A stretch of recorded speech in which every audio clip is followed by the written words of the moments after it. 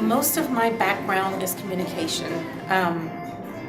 So everything that Giovanni is teaching are actually very complex theories of communication that he has a very ingenious way of breaking down into common vernacular and common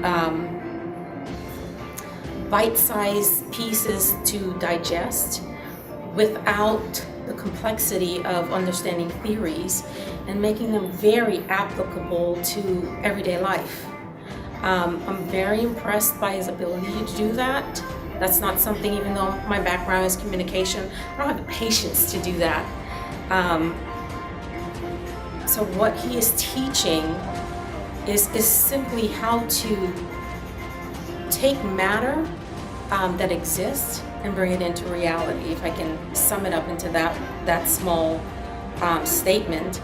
And he's doing it in a very systematic way, a way that anyone can understand. It doesn't take a master's degree to understand the way he's broken everything down, and simply putting it into not just breaking it down into life, but breaking it down into business and how to bring life to your business.